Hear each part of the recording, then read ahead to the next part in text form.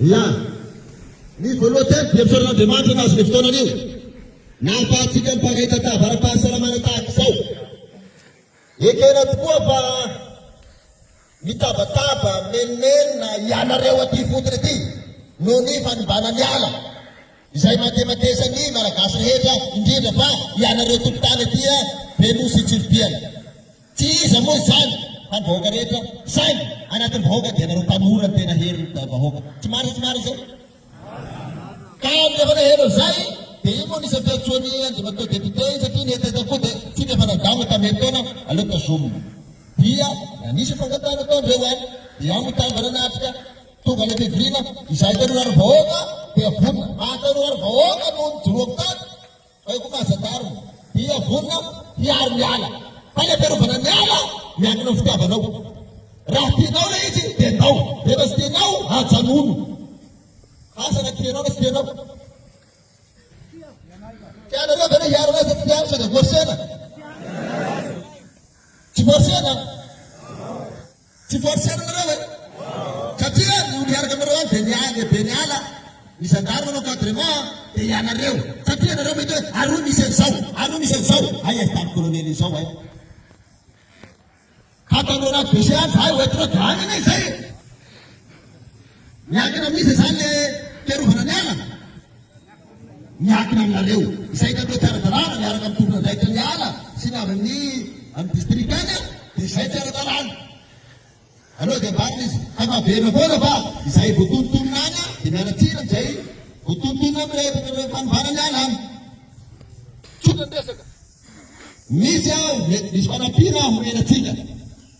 ifampizarana mety tsy dia hoe hahendrika atsika hoe dia 7 taona 4 taona 5 andro fa aleo manao asa fo araka izay fanampira eo dia samy miamby izay tanàna amin'izay dia misy efa responsable eto apetraka hanampy atsika amin'izay ahetsika tao izay amin'ny efatra manomboka Fevrina amin'ny telotsika zany amin'ny telo sasaka CBA efa eto nareo abiavy zany efa eto amin'ny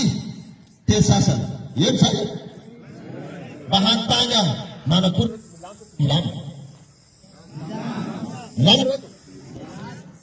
venareo